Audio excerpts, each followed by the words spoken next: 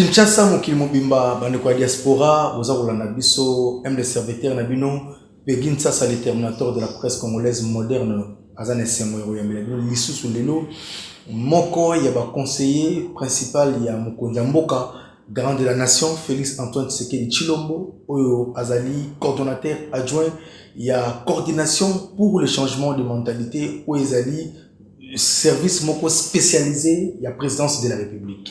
Tokolobela makambo etali ba mission ebele azako bima libanda ya mboka pour l'intérêt ya nation kasi ngai nazaka toujours liso dikola liso tango akena simandaku ifona yeba akene ko sala nini po ete bino bato botinda ngai boye botuna kingai tolingi toyeba lisusu pasteur Jacques Kambala Tshilombo asali nini parce que ngande mutu pour permettre ngana comment vraiment kolanda na makambo na ye po ete bino peuple o bolinga ye obo sepelaka ndenge mokonzi mboka achaye na ebonga wana po ete boyeba nini eza koleka na mboka surtout au sein ya coordination pour le changement des mentalités on a pesi coordonnateur Jacques Kamboudia Mbote moto na nzambe na ba coordonnateur mususu oyo alandi pe lisusu na ye moko mokonzi ya visibilité ya mokonzi mboka l'homme de Dieu l'homme de la parole Jacques Kambala Tshilombo. Conseiller, shalom. Shalom. Bonne santé. Ça va, Kola Zobata. Nikolo Kimingai, ozomona na to lingi su digité. Olingi digité. Non, ebele ya ba programme ça yene tout mon invité. Bana Kinshasa, bana Congo, ba obalingaka chef de l'état, ba obalingaka koyoka pe kotala Jacques Kambala Tshilombo mwana musala ya nkolo pe mwana musala ya Fachi Beton collaborateur direct chef de l'état tu peux tenir lisolo ngo kendaki na mboka Lubumbashi stade de la Kenya etondaki ezala yini to monika ba photo ezala yini to monika ba video okenda yi campagne to ezala nini ba kinwa na ba diaspora na bande kono au bazana ba province mususu balingi bayeba oina osai na Lubumbashi. Merci beaucoup Ndeko Peggy. Voyage au Lubumbashi ezalaki na cadre ya double mission liboso étant conseiller principal à chef de l'État en charge ya changement de mentalité coordonnateur adjoint. Tous allés dans la continuité, il y a sensibilisation, tout ce qu'on a dit. Depuis l'année passée, dans le milieu, il y a Katangé, tout ça, le rapprochement entre civil et soda, civil et civil, communauté, communauté, ça n'a pas Katang, autour, il y a sujet, le vivre ensemble.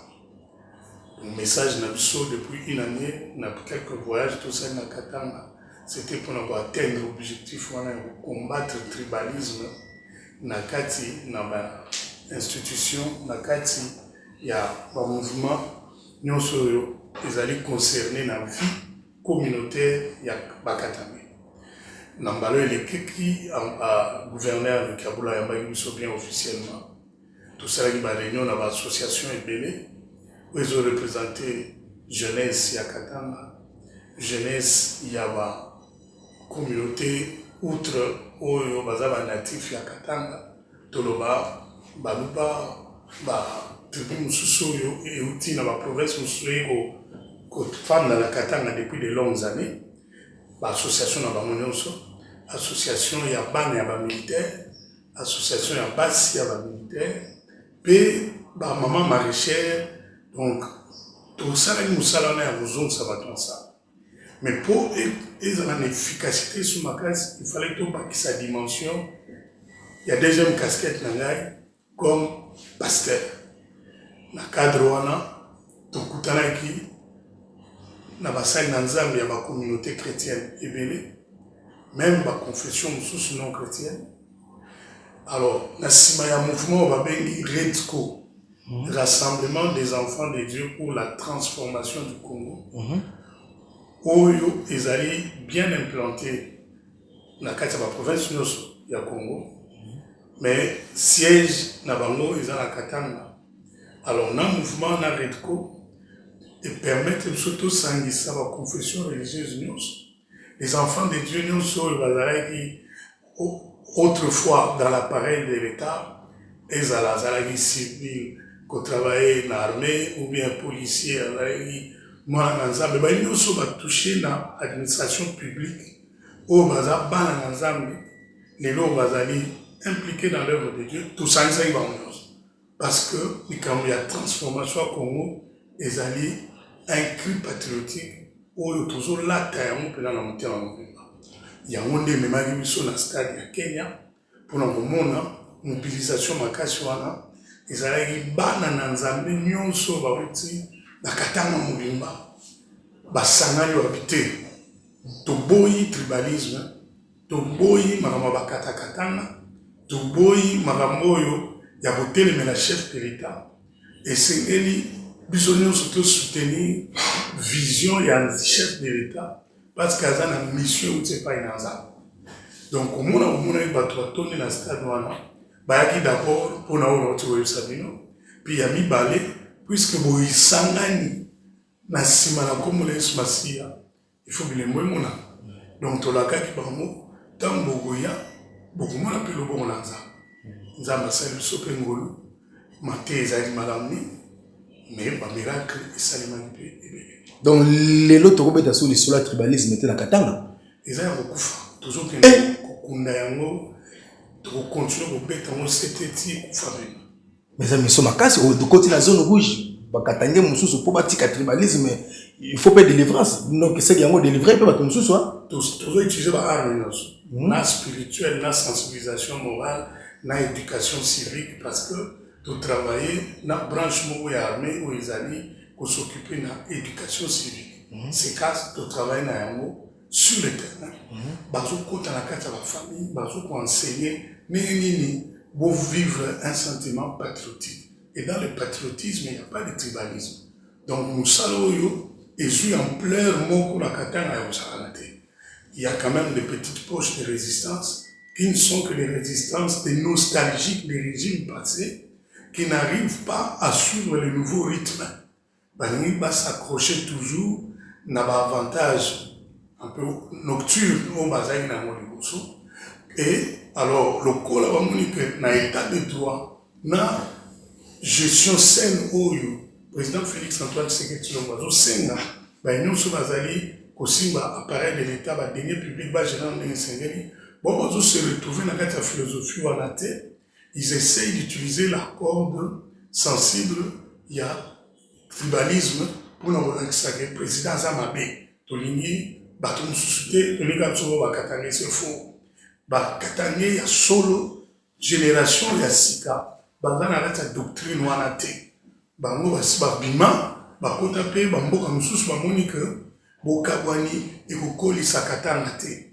Donc nous pouvons dire avec certitude, avec cet élan qu'on a pris nangolu na Nzambe une autre activité comme celle-là, puis ma stratégie à communication à proximité, to bolonga sentiment oyo, vice oyo, mulimu mabe oyo, to bengi tribalisme. Merci beaucoup l'homme de Dieu, le pasteur Jacques Kambala Tshilombo, mais na nyonso c'est que besoin qui moi info moi foot qui mabe moi zo comment parce que yo kitaka pas en pambate le sika parce que ko kita ko sala musala makasi bongo na tamu pousse oyo.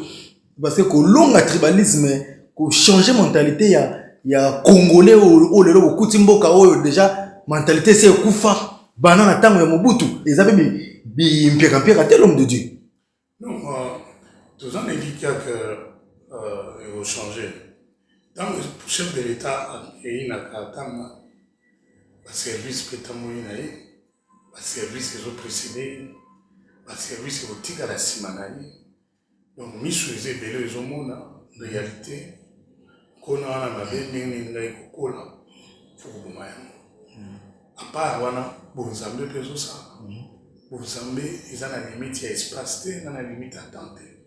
Donc nyonso ekosalema na bankuku na baréunion ebombami molimo na nzambe akorevele yango mpe au bêta, on peut dans le public, on va tout camper.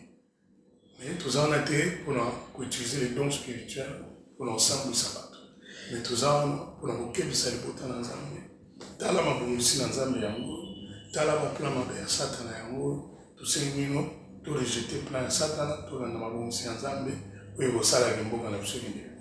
Mais l'homme de l'État, sur le malade, vraiment, les Congolais, bien, la diaspora, nous sommes changés, malheureusement, oui, et toi là, Kinshasa, il y a aussi une vérité, vraiment, chef de l'État, dans la bois. Bon. Oui, les Congolais, il y a un bois partout, parce que, on va mettre ça dans la bois, on va dire que beaucoup de gens ont les livres. Mais tant qu'on a dans la moukou, on peut voir ça ici. Goya du colo, l'équipe va gagner ce genre de Zambie. Aucun zéro va venir à Bonganga dans Zambie. Bon. Zambie à Bonganga. Donc, Goya, l'équipe va gagner tous les Zambie. Pourquoi yo betaka c'était na kibonza spirituel ko bata masima Bible le pasteur Jacques Kambala Chilombo ce que za na moloko na nation parce que vitesse au fachi beto zo na batu na Congo yo est-ce que moi temple est-ce que moi loge moko eza likambo ko balwa biso tozo occasion ya kutana na yo proche mokonza mboka po tolo baka beto tunaka oyo population eza ko mona babi mikolo yo fachi a multiplier guapene ya kisi na ya famille na ya kibo koko na ya kibo ndoki na ya mundele esangisi na ya bino ba Jacques Kambala Chilombo mais vous pas mastima ya nzambe car Jésus Christ. Bon, ce que vous présentez le c'est que vous présentez Jésus dans la diminutif. Oh, Jésus n'est pas, même dans sa forme la plus réduite, il est toujours redoutable. Bon. Donc, à ce beau temps, bébé a déjà redoutable. Bon. Bébé n'a pas de sérode. Et d'abord là, alors que ça me dit, mais bébé. Bon. Bébé, on a sali ba mage ba outi musika ba ila batala bébé. Bon. Mais même dans sa forme réduite, Jésus est redoutable. Bon. Au même yeti na quoi? Alors le courroux s'est diminué de toute capacité humaine, il y a mobilité, il y a tout. Mais il est toujours redoutable. À quoi il y a même brigand un peu mais notamment des hommes. On a un fou le paradis. Donc j'ai dit que même dans sa forme la plus vulnérable, disons mon bêta, nous voyons sur vos consignes, sur ma case, sur la croix, la Bible dit, il a triomphé des principautés, des dominations des autorités. Mais, selon Esaïe, tant dans la mesure comme ça, nous l'avions considéré comme frappé et humilié de Dieu. Cependant, dans la forme de on a humilié, alors on a demandé à passer la mission, mais comment la mission. Donc, on a tout présenté Jésus dans le diminutif, croyant que tant que vous avez ici, na prière, c'est comme si Jésus ne peut pas. Jésus ne souka na mouya. Bon. Jésus ne souka na mouya. Yango nde toto tchai liboso. Bon, on se bakota mon lili wana. On va mekape muku wa na mboka bakutana na réalité moke. À cause de Jésus ba ko kaide. Bon. Celui Jésus a réalité, ni le tout le monde. Bon. À cause de Jésus ne ba ko kaide. Et ça poyé à ça mo santé non. À ça déjà mon ponami ya Nzambe. Pour temps oyo pour na Congo. Donc on se boya yango abundana edilingi na ye parce que asala mukina akena ye réalité ça ni ningi wana ba on se ba mona na mulili ba yebi kotanga ba signe de temps ba yebi makambo zoloba bon que na temps oyo bokonzi nyonso bokasi nyonso bonzambe ezotanga na Félix à cause de la mission divine qu'il a sur la RDC. Que je peux résumer à quelques points. Il a la mission de nous sortir de l'opprobre depuis l'indépendance, renforcer le régime Yamobutu, et encore enterrer bien dans le régime Yamobutu. Congolais, il y a pas mal, mais à cause du président Félix, tu sais que tu es, Congolais ont retrouvé fierté. Totalement. Na misu ya solo. Bozo ganga va voyager les Québécois. Sans ce voyage-là, n'a pas autant sur RDC na fierté ne pas autant. Sans ce voyage-là, il fallait tous utiliser stratégie pour restaurer la diplomatie. Dans la restauration de la diplomatie, vous avez un message à l'autre. Et ça, il y a un femme. Nous, pourquoi pourquoi bolingo bana biso tambola te ono même biso tolingaka baminere na notaire okoya koza kozongo bonyama te yaka installe bamisala na yo futa bampako na yo ndenge esengeli exploite mabele oyo bana kongo babénéficie na yango yo kozwi biso mpe tozwi eza 50-50 bon non tomona mokonzi ya mboka azoloba intérêt apropre te yo bino oza moto asolo yango omona crédibilité ya félix ezomata ti tokomaka ebandi koconsidere mpe congolais président congolais nini yango akomi président kaka lelo mbala moko baningana nyonso babia ate yokoma président ya afrique nani soki eloko nzambe eza na te bon donc totika babiloko wana congolais faut comme à niveau de reconnaître les bienfaits de l'éternel. Un des bienfaits de l'éternel, c'est de nous avoir donné comme président Nathan, le président Félix Antoine Tshisekedi. C'est ça. Merci beaucoup. Le conseiller principal de Mokonza Mboka, l'homme de Dieu Jésus, donc, au la double face quand on a une idéologie. Tout le monde il y a ministère international évangélique pour la délivrance des captifs. Où il y a un événement et ça l'a marqué samedi le 27, na dimanche le 28 avec thème touché par Dieu. Moto Nzambe le 27 au résumé nuiso masolo le kadimenge nipo batu bayaki batu basepelaki bayoka ki parole baleki bilei ya molemo kasi batu oyo baza musika bana ba fin fond bazwa ki ba côté ko ça la biso résumé mukete. Il y a le 27, il y a le 28. Voilà, Dieu. Le 27 et le 28, il y a deux soirées touchées par Dieu. Bon. C'est un peu en réponse dans les deux soirées, les Kagibiso, dans la Sanze l'équipe, il y a deux soirées touchées Dieu. Bon. Parce que là, on est déjà ping. Bon. On a touché, il faut toucher. Bon. Vous avez la vision de ces deux soirées-là, que pour quelqu'un, l'amour grec que nous avons touché, nous avons saisi, pour quelqu'un qui a saisi Dieu, Dieu ne reste pas indifférent. Puisque tu m'as atteint, tu m'as saisi là où la sensibilité n'a pas il faut le moment de ma carte. Et une des réactions de Dieu, quand quelqu'un l'a touché, Dieu le touche aussi. Dieu va te saisir aussi. Et quand Dieu t'a saisi, donc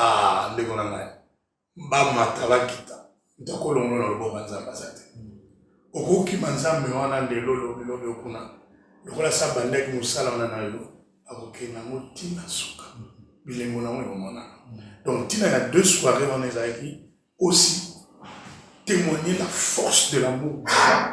Quand Dieu t'a déjà indexé, nous t'avons dit qu'il y a un bon là.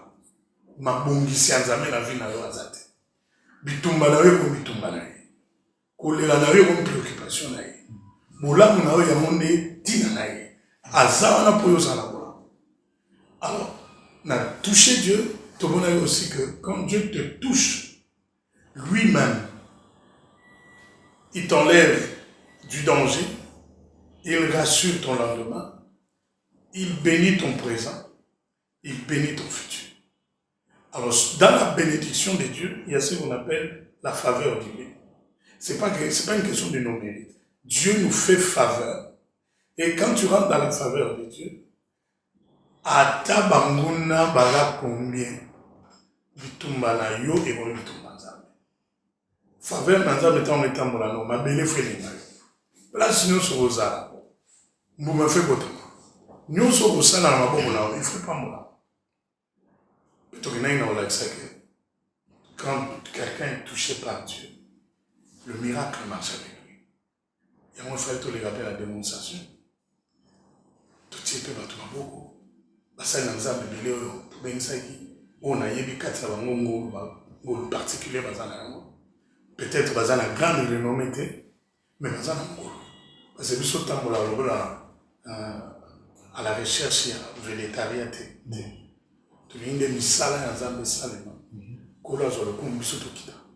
Alors, j'ai choisi certains serviteurs qui ne sont pas connus, mais dont la grâce est authentique, qui ne se sont pas compromis. Même si témoignage n'a pas noté, parce que la honnêteté. parce que sa crédibilité l'activité pour ça. Alors bandeko wana bayaki babondeli mpona libota na nzambe na oyo nga na yoki namonaki loboko na nzambe ezalaki na nguya makasi yango tokolobaka ces 2 soirées là étaient réussies. Merci Motela Nzambe. Tozongi siko na page ya côté ya en tant que conseiller Mokonzi Mboka. Au nom du chef de l'État, Ovanaki na 1000 volontaires.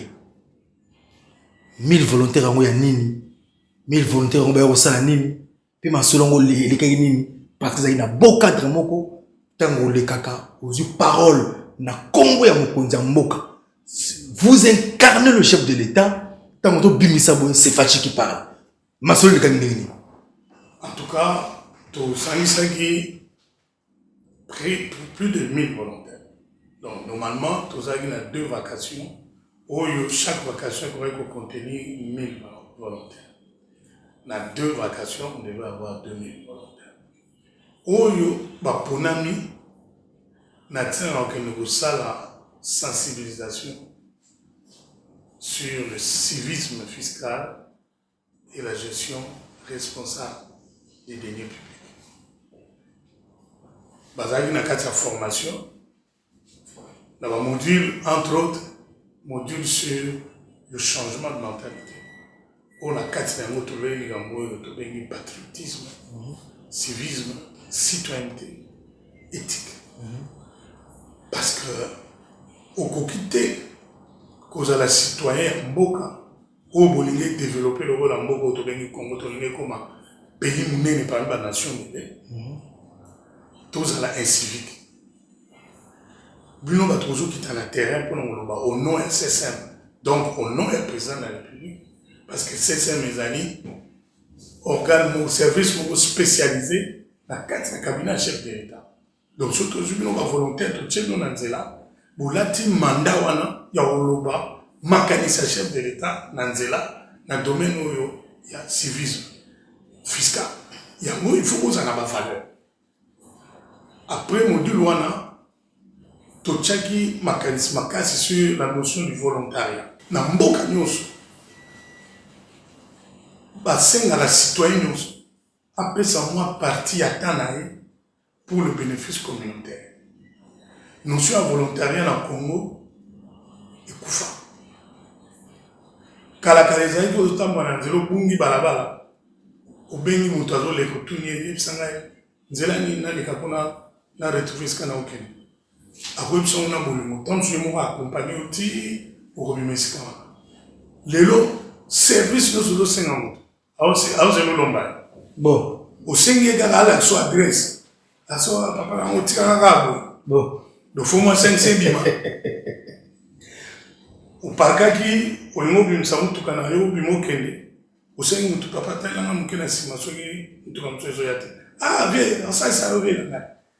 Au Balouki, dès que vous avez appelé, ah bon, on fait ce qu'on tient, on va donc, service à autrui les a soutenus. Donc, il faut toujours se rabattre, marquer à volontariat. Et ça, là, au c'est un moussala, ou comme moussala, tout n'a à part le diplôme, il y a un certificat de bonne vie et mœurs. Bon. Quand tu as, qu'est-ce qu'on veut chercher? C'est que cet homme dans la communauté, c'est un bon citoyen. Dans le bon citoyen, ils ont été service rendu à autrui. Comment vous allez servir? Dans le volontariat, ils ont une notion, il y a salaire des agriculteurs. Bien que, vous avez moins rente de survie, mais ça, notion, il y a salaire. Parce que ce n'est pas une rémunération en contrepartie d'un travail ordinaire. Mais ici, j'ai donné une partie de mon temps au bénéfice de la nation. Et ça est très important. Après, tout le module comment communiquer Nanzela. Bon. La pédagogie de la communication. Au que n'était là, pas moi, l'État. Bon. Ah, oui, le rôle volontaire, vous sensibiliser. Les éléments de langage, vous retiens mon Pesambote, le baboye, kende boye. Voilà les agriculteurs module très important. bayebozwa module mosusu oyo tobengi système fiscal congolais parce que bakosensibiliser na kati ya babalabala na bawenze na baforum de quartier. Du coup tozopousser babourgmestre baza organiser de sorte que dans chaque rue il y ait un chef de quartier responsabilisé qui va accompagner les volontaires à atteindre les objectifs qui sont les objectifs de l'État. Donc, les bourgmestres vont s'organiser, bon, ça ne s'appelle pas notable, na ba union so bomoni que bateau baza bateau influent, il y a commune nangai, bavanda dans la quartier, dans chaque quartier, on fait un forum de citoyens. Basangani, ba bénévole baroya, ba expliquer, bolam ya impôt, ba avantage na yamo, ndenge ni osala olongwa na système où vous allez informel, au côté informel. Sur le côté formel, au moins un avantage, c'est que tu peux bénéficier d'un appel d'offres publiques. Mais si vous avez une entreprise, toujours dans l'informel, au cause d'un marché public. Parce que vous existez. Alors, et ça qui est important, dans la formation de soi, dans ce cas, il y a le contribuable s'interroge, il peut s'appeler formation très kitoko. N'est quitter de l'informel au formel. Bon. Maman maraîchère, tant sous oye baranayote. Au moins il y a un l'État ba oya motonisa yo. Oh biso bato vie. Oh biso boy. Nini. Bon on peut ça maman 50 000 pour la tiko tranquille. Nous avons des impôts na yo comme petite entreprise ya moké. Impôts na yo ane mobimba. Ils en ont à 30 000 francs. 30 000 francs, il y a 50 000 francs, et les coûts impôts par année. Cela y est, moi, au 50, l'autre 50. Moi, on était au footing mingi goleka, parce que tout simplement, au yébité, bolam ya bozala, formé. Voilà un peu dans mon couché, formation, to pesa qui va découvrir, pour que déploiement, dans le comme après, il y a salema, et c'est une bana ville à Kinshasa ngomba bazana informé qu'à partir de la date boye pour mona batu nanzela balati chasuble ils ont mentionné loko boye bazana la carte na bango identification SSM il faut identifier parce que son moto pas na mino loko la moto SSM et kabali au senga mino kanyaka pour mona numéro na photo na ezawana bo dénoncer au fundi ba au fundi to kangaye to lomone l'équipe on appelle to kangaye. Parce que ton changement de mentalité, tout m'a tellement vitesse. Mais, Bakino, il va se féliciter. C'est ça, il y a volontaire qui est balabala. Grâce à chef de l'État, il y a un mandat pour accompagner idéologie, il y a changement de mentalité. C'est et continue vraiment la balabala. Bande ko bazana na banzela pour basungape bande ko ya PC. Le moi comme moi pour diminuer et s'il était mais comme moi pour diminuer pour ba gens ya CCM ou ba volontaire pe ba ko aider batou yeba place à hôtel ma pose la taxi yeba pe yo chauffeur yeba place à ko garer de ko parquer yeba ko tellement boy maman pe tellement place boy et ça l'a vraiment bien conseil mon Konzamboka tout ces pays sur une population doit encourager sur le lengiwana makanisi ya Konzamboka ezali tokata yango te to continuer yango apesaki mbela na conseil des ministres eleki déjà sanza mongo na ndambo alobi na bango yo ministre ya transport ministre intérieur pe bakonza ville province ya Kinshasa bosala nyonso volontaire wana bana na nzela te po mosala fese continue. Alors, toujours tiens Moulungue sous l'élo. Oui. Parce que tout ça est la réunion dans le ministère du Transport. Mais, dans le bas de micro-légué, belé dans tout le monde réaction pour réagir pour que la population soit bien servie par la volontaire. Là, à partir d'hier, lundi, bazala qui n'a pas béni souté parce que moyen toujours zéro chef de l'État va couper ça et donc moi to continuer na ba monne mwana ezalalité peut-être yobi déjà ba plainte que lobby ezalaki liwa na embouteillage na kata ville Kinshasa parce que ba volontaire bazali na terrain. Oui. alors so bolingi to continuer mosala malamu nyonso babengami bazala koaccompagne biso na kati ya campagne ya civisme routier bolata likambo ngo lowa likambo na bino bokuta masolo osala bien. Merci beaucoup. Ngai pe na bakisi muke tant mokonza mboka garant de la nation Félix Antoine Tshisekedi Tshilombo azo pesa instruction que bosala liboyi po bandeko wana oyo baza kosunga bandeko epesa na balabala bakota bazo accident moto ko tutaye et ko sukila bango ndenge nini na hôpital tant mokonza mboka pesi ordre neti banda CSM esenga budget na yango pona campagne ya kofuta mpako si lelo noyo kati na bité soki mbongo se bimi tozozela donc tozozela bosunga chef de l'état yo ministre yo na stango mokonza mboka pesi instruction bino boko zelisali bino ne bofingisa Faci na suka ya mandat bakotuna Faci osali nini premier ministre pe fola mukaka sama lukonde osa kolala muke il faut kola mukaka ko osa kaka te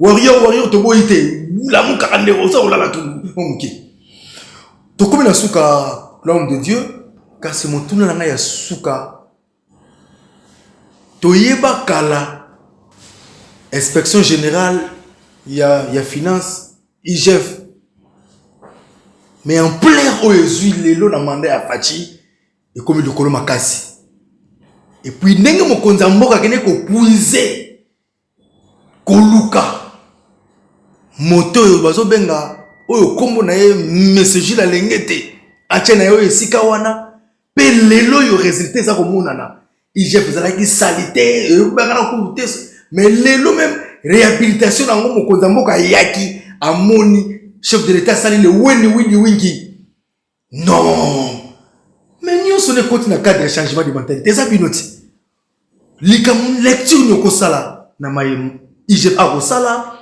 et puis na ndeko na yo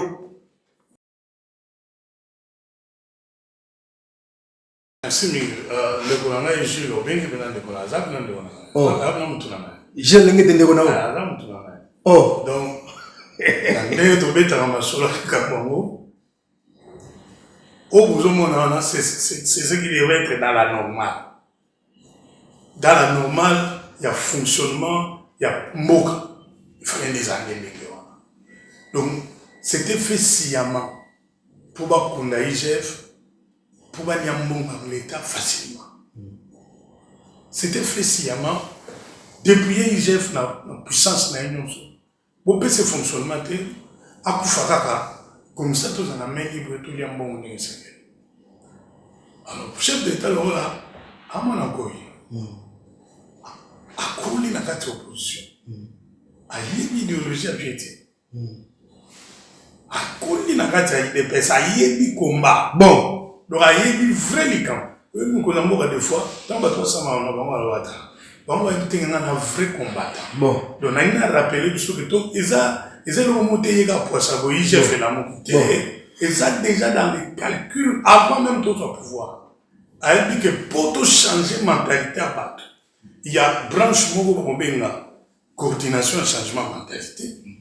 Puis vous avez la arme, nous sommes à côté, pour tomber inspection générale et la finance. Donc, IGF, na CSM, l'Egna Koulout. Donc, où est-ce que tout lire avec ce tas? Quel banana on fait maintenant à bêta?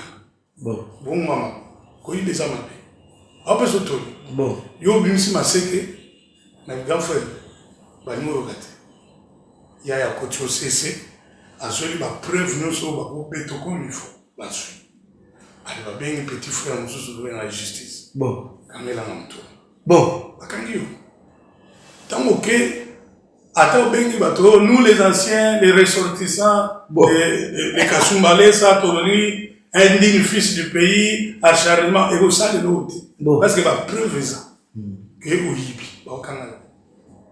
Nous connaissons à Bombaï Makanisante, à Kebisagi. Dès que, à Zubokonzi, l'élection ici, va publier le résultat, à une en famille. À une en famille, à 5-6 familles. À 8 ans. Où est ma solon sous? Sous le Yibi, est allé. Avec ce pas la maille. Avec tous à moi la maille na ngai. À tous à pire ngai. Ce que yibi ba kamayo. Donc tout le monde pour le battre que à quel bisa m'a quitté azate.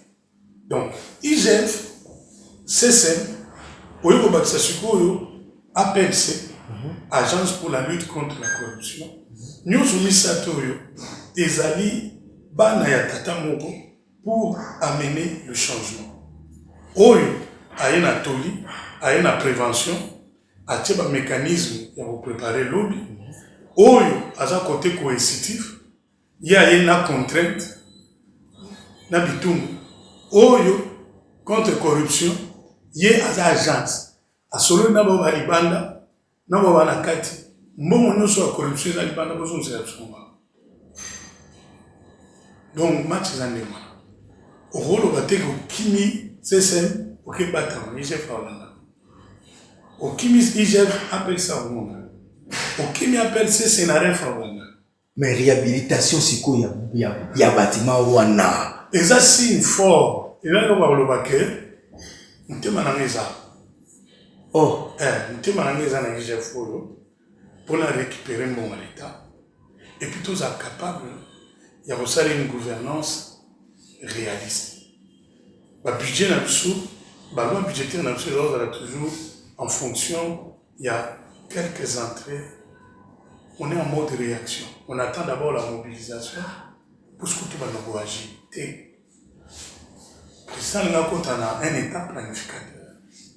État planificateur, il doit avoir d'abord tous ces moyens, une visualisation claire de tous ces moyens pour mettre sur pied des plans à court, moyen et long terme.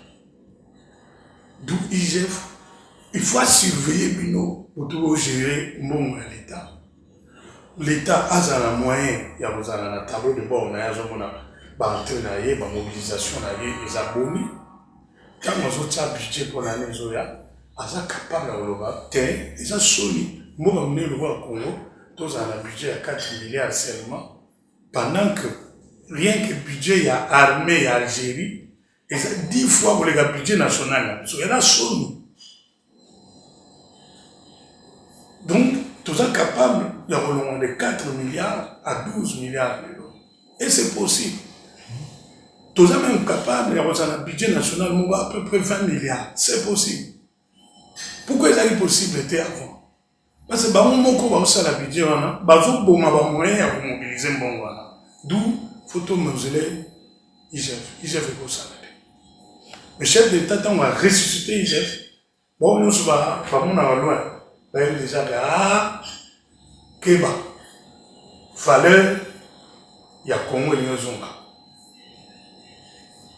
réhabiliter par immeuble na bango par bureau na bango c'est que na pesi bino moyen nyonso ya kosala bomemela des résultats lelo sokolo balika moko na ndeko na ojila lengi tazolanda o il est aussi combattu mais aza kotambo na vision chef de l'État lokola yo ndoza kobunda de grands avocats on est nos colbanaï j'ai la tête na vous rappeler quand on est déjà aux avons pour nous sécuriser ça va tout aux avons pour présenter les résultats à chaque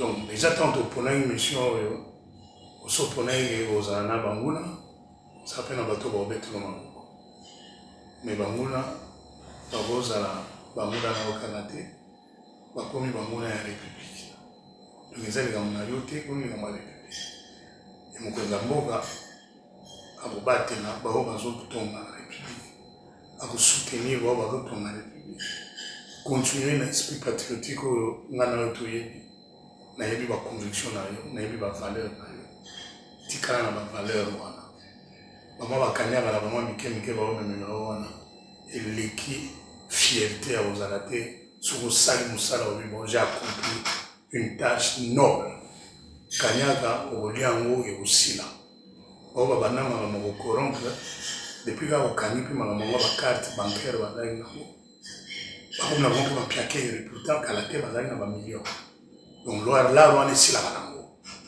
ba ko corrompre au lelo mais comme on est au tigre là-bas héritage no tigre là-bas place nous ba mona mona mo ba lingete ba Keba papa n'a rien eu. Et pourtant, si vous tirez l'intègre, là, si nous sommes mon alingette, oh, moi, non, à son mérité respect parce que tata n'a rien eu tout le monde. N'a eu la valeur, de voilà, mais là, quoi.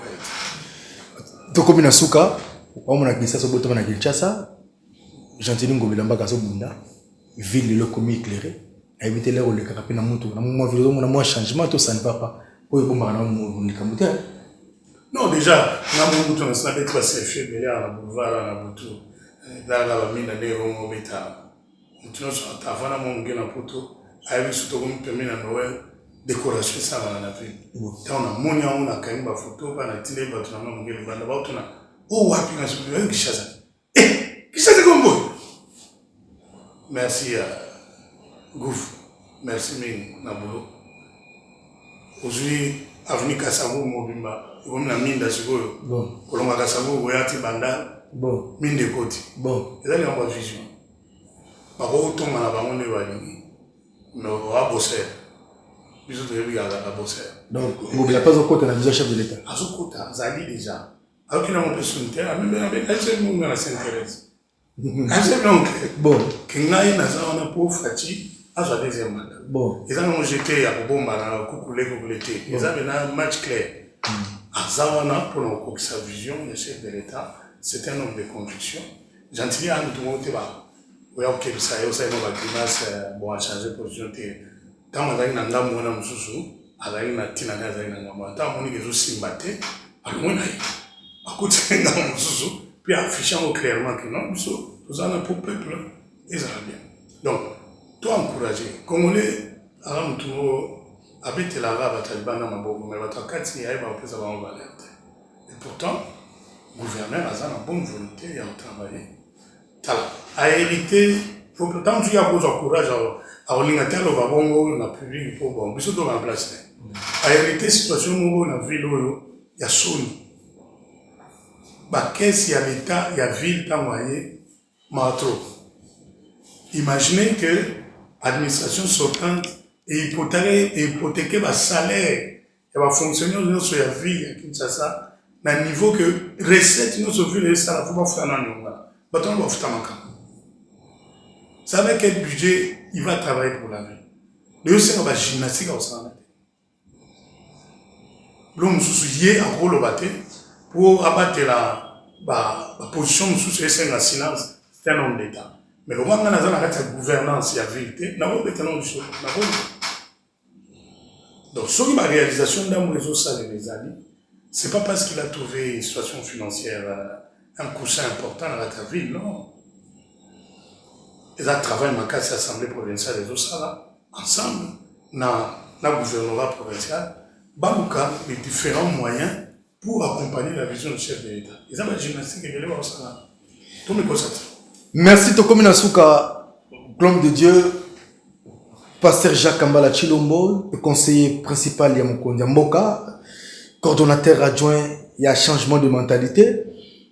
Peut-être nazanga ki question mo retourna yo natikio na population congolaise sokolobanini message oyo yoko bisabango mais ngana yo rencontre na ngana yo avant le 31 décembre pour sur la bilan CSM depuis bandi et sali nini ezo sala nini vision ya ezali sous nini malgré ozo mo solote nazobele na ngongo makasi mo konza moko apesa ki instruction pour accompagner ye na CSM, ce qui CSM est aussi batté, ce qui coordination pour le changement de mentalité et les autres moyens Vous voyez que vous avez demandé vision à Fati.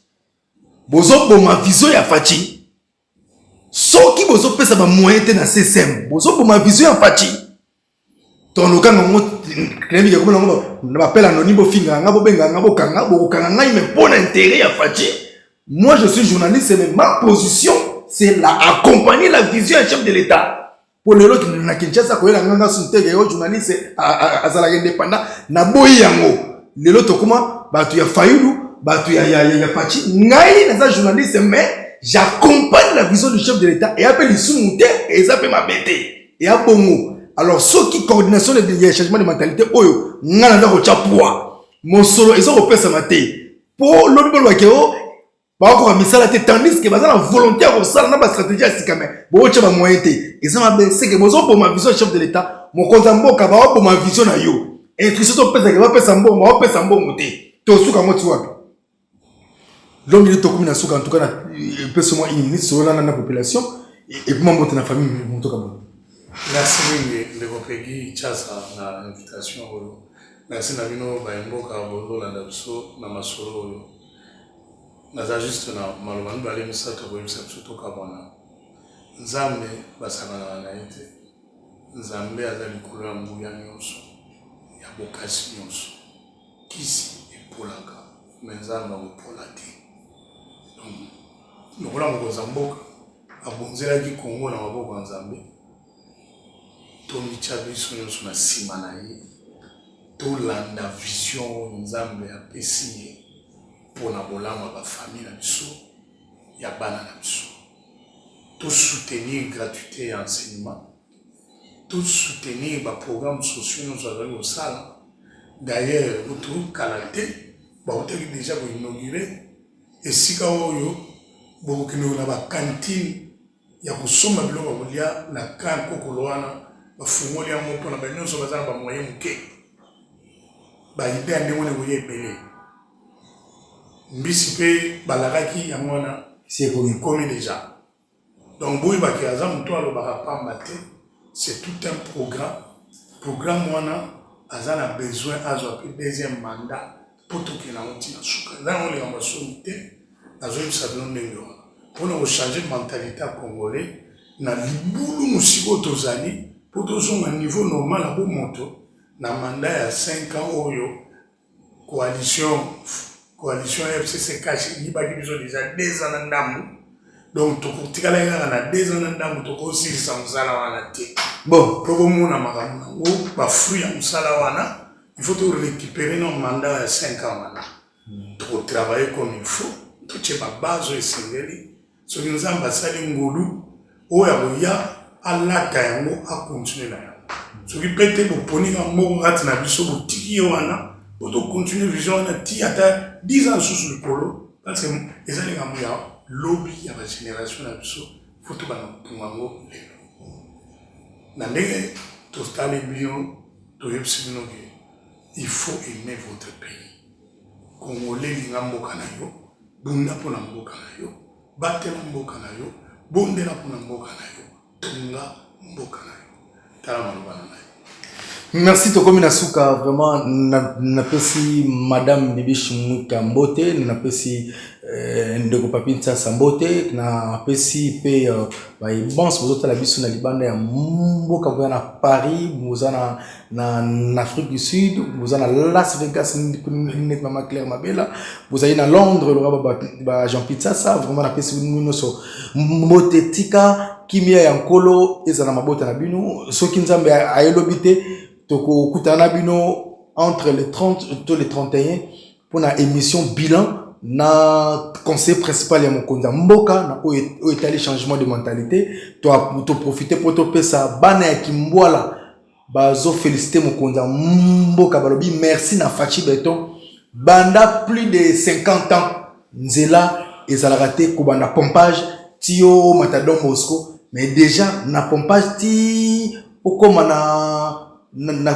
cabine ya mangoba beton et salami mokonza mboka soki mwenza liko beta moi c'était ko pesa mon solo lisusu ko pesa instruction ba financer sususu ba travaux ponzela ebima ti dombosko ebima tina chikapa côté kuna kutu kimbwala dombosko mbudi CPA mazal balobi chef de l'état lano pongi ata ozana million na otokolia tokolata yango tokolia tokomela kasi 2023 Fachi ou rien na ndenge impact na idéologie ezala en campagne te mais information na ona lobby pour ezali sous kambo ya solo parce que l'homme de Dieu Jacques Kambala Chilombo kitaka na kimbwala asura ina bana kimbwala déjà mot d'autre c'est pesa maki déjà donc bana kimbwala baza même moral et batinde liopé otonanzambe moté na onions oza osala pour na Congo.